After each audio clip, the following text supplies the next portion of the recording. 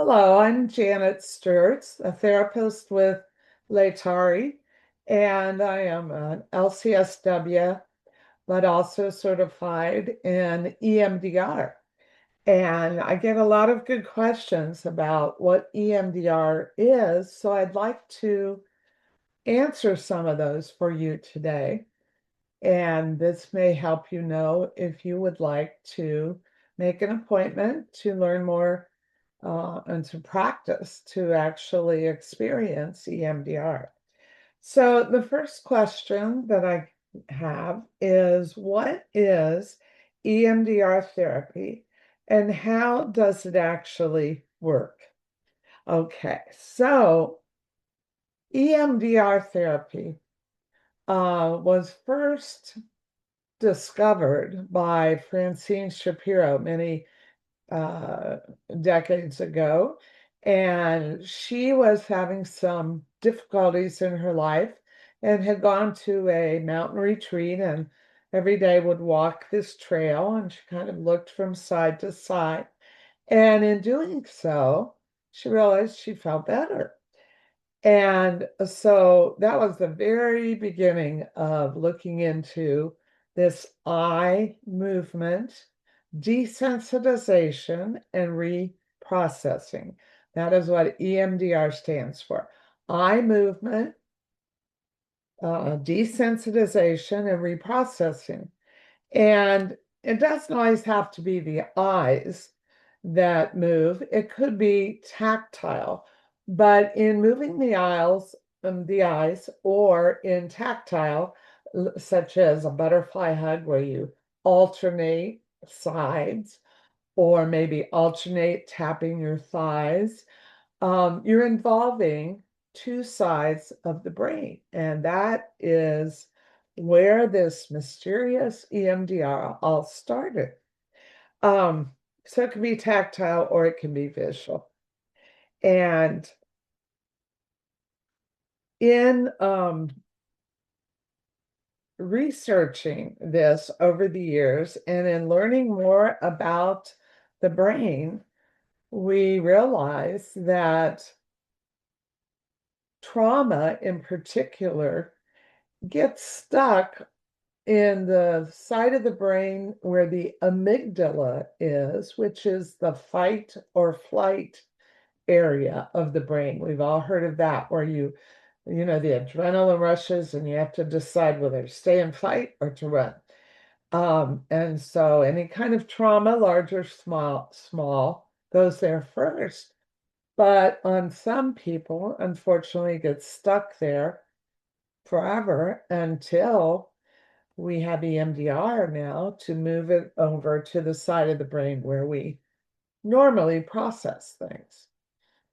And so this would lead me to question 2. The second question that I have is what kinds of problems does EMDR help with? So, as I said, there's trauma, which could be very minor, but still a trauma, or major, and it helps with those for sure. It helps with anxiety. It helps with depression. It helps also with relational problems. Okay, so all of those take variable amounts of time to be healed with EMDR, depending on how many layers there are to them. But sometimes 2 sessions, 3 sessions might heal if it's minor. Sometimes it takes many more sessions, but also can be very healing for ongoing things that have bothered the client for many, many years, can be undone in much less time than traditional talk therapy or medicine, which really just masks it but doesn't heal it. Third question that I received is how do I know if EMDR is right for me? Okay, and that's a very good question. Now, it's right for just about everybody. I have had clients with all kinds of varying issues to benefit from EMDR, which also the next question has to do with this. I'm going to go into that. I was also asked what happens in a typical EMDR session. Well, first, before we actually do the EMDR, I take your history, and that's usually one session, occasionally two sessions. If you've had therapy before, you know we're all about history, and we like to get to know you and what your history's been like. So we do that, and then after taking your history, I ask you to identify where you are going to keep your memories in between sessions, a container. And this is totally up to you. It could be an imaginary thing. I get some really interesting answers. You can describe to me what it looks like, if it's clear or opaque, if there's a lock or not, where you're going to store it between sessions. It could be a real container or an imaginary one, but you are going to put your memories in there until the next session so that they don't disturb you meanwhile. And then also, I send you a depression scale, an anxiety scale, and a dissociative scale. So you fill those out and return them to me. And none of this precludes you from EMDR. It just helps me as a therapist to be aware of those issues. We all dissociate to some degree or another. For example, when you drive somewhere and you think, gee, I don't remember how I got there. I just went on automatic pilot. I don't remember left, right. I knew how to get there. Or it could be more severe where you actually dissociate. And if I know that you do that, I will prepare you and prepare myself to watch for that and to give you grounding things to bring you back to the present moment. So that doesn't preclude you from having EMDR. It's just for the therapist to know about it. I also ask you to identify a safe person and a safe place. Could be a real place, real person, or imaginary one. One lady picked a character in a book she had read. A lot of people pick relatives that they feel safe with, or it could be a biblical person. I have people do that as well. So we do your safe place, your safe person, and your container. And once that's all set, then we can actually start the EMDR session. And your question was, what happens in a typical EMDR session? So once we had that all established, and the client chooses if they would like to follow with their eyes during this, or if they'd like to do a butterfly hug and tap, or tap their thighs alternately, uh, tactile or visual, to involve both sides of the brain. And it works by moving the trauma, as I was saying, from that amygdala to the part of the brain where we normally process things and therefore doesn't get stuck.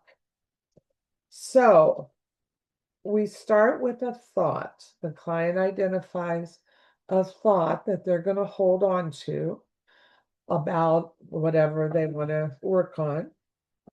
And the therapist leads them in starting the movement or the tactile and tells them, hold on to that thought. And after a certain number of passes, The therapist will ask the client, what did you feel? Did you feel any emotions? And also, what did you feel in the way of bodily sensations? Now, there's no right or wrong answers. This is all individual. And you might feel an emotion, but not a bodily sensation, or vice versa. Or you might feel nothing, or you might feel both. So we do it again. And the therapist might say, okay, let's go with that you just named. And somewhere along the line, a therapist will ask you to identify how distressful this thought is to you on a scale of 10. So it may be 10 to start with, or maybe 8, and it may go up to 10 before it goes down. But our goal is to get it down to 1 or 0. This may happen in one session, or it may require more sessions, depending on how distressful it is. The therapist also, somewhere along the line, will ask you what you would like to believe about yourself. And that is a scale of 1 to 7. The therapist will say, how do you feel about that now? How much do you believe that about yourself? 1 to 7. And so we work on that as well. Okay, the therapist might interweave things in between passes. And also clients may come up with other things during this that they want to work on. Another question that was asked is, do I have to relive my trauma in EMDR? Excellent question. No. That had been, before EMDR, the way that people, therapists tried to help their clients who had traumas. And no, you don't have to relive it. You don't have to talk about details. You might give a very vague thought about it, but no, it does not produce memories that you don't already have. It does not access repressed memories. We do not do that. It's only memories that are bothering you in the present and without the details of, say, the abuse. We never ask for that. And clients normally don't volunteer it either. What we do talk about is the thought of your feeling, and the thought that you're holding, the feeling, and the bodily sensation, like chest pain. I feel tightness here, or my head hurts, or I feel calm, I feel safe. All of those are possible. Okay. So another question is EMDR safe? Absolutely it is. It's been well researched. And now that we know so much more about the brain through imaging and all, it is really makes a lot of sense. The reason we ask about how your body feels is, like the book says, the body keeps the score.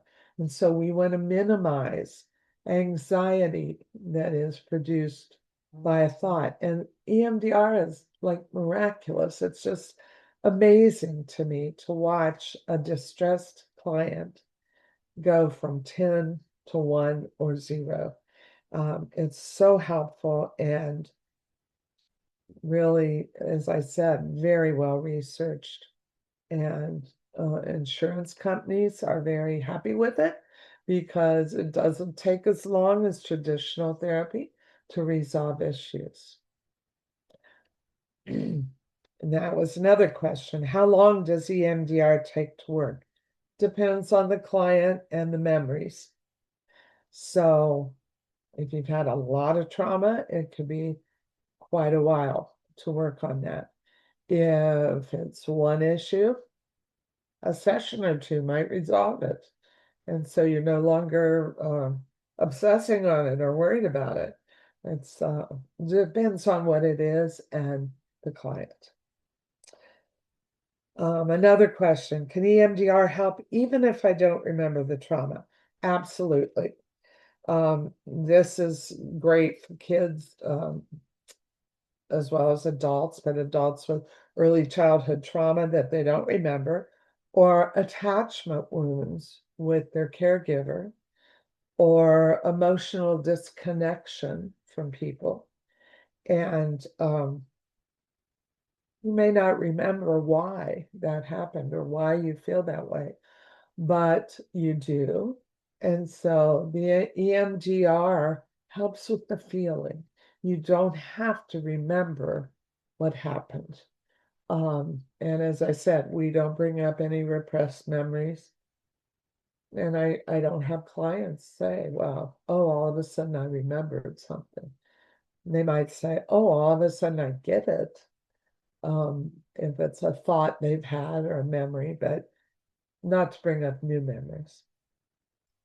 Another question, can EMDR help with anxiety, depression, or feeling emotionally numb?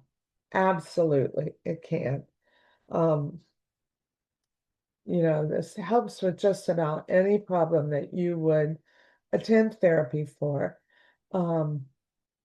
And sometimes clients want EMDR and then they want to take a little break and have talk therapy or go back to EMDR all the time, but sometimes people will refer to me, therapists who have clients who are stuck in talk therapy, want some EMDR and then go back to that therapist again. Another question, why do eye movements help us heal? And what's the science behind EMDR? Okay, so we touched on that. The fight or flight is something that helps us in the moment, but unfortunately, sometimes a memory gets stuck there. EMDR moves it over. And actually, I've had clients to say when we're in the middle of EMDR, my head hurts. And I think, that's because the brain is working to move it over to the proper place where you can process it without feeling trauma and letting go of it. And so that is always interesting. I also have noticed towards the end of the memory, the end of the EMDR sessions, that clients are more forgiving than they expected to be. It's not a promise of EMDR therapy, but sometimes that happens as well. So thank you for your attention. And if you would like to make an appointment with me for EMDR therapy, you go to latarihealth.com/Janet, and you'll find a form to fill out, which comes to me, and then I will get back with you. Thank you so much.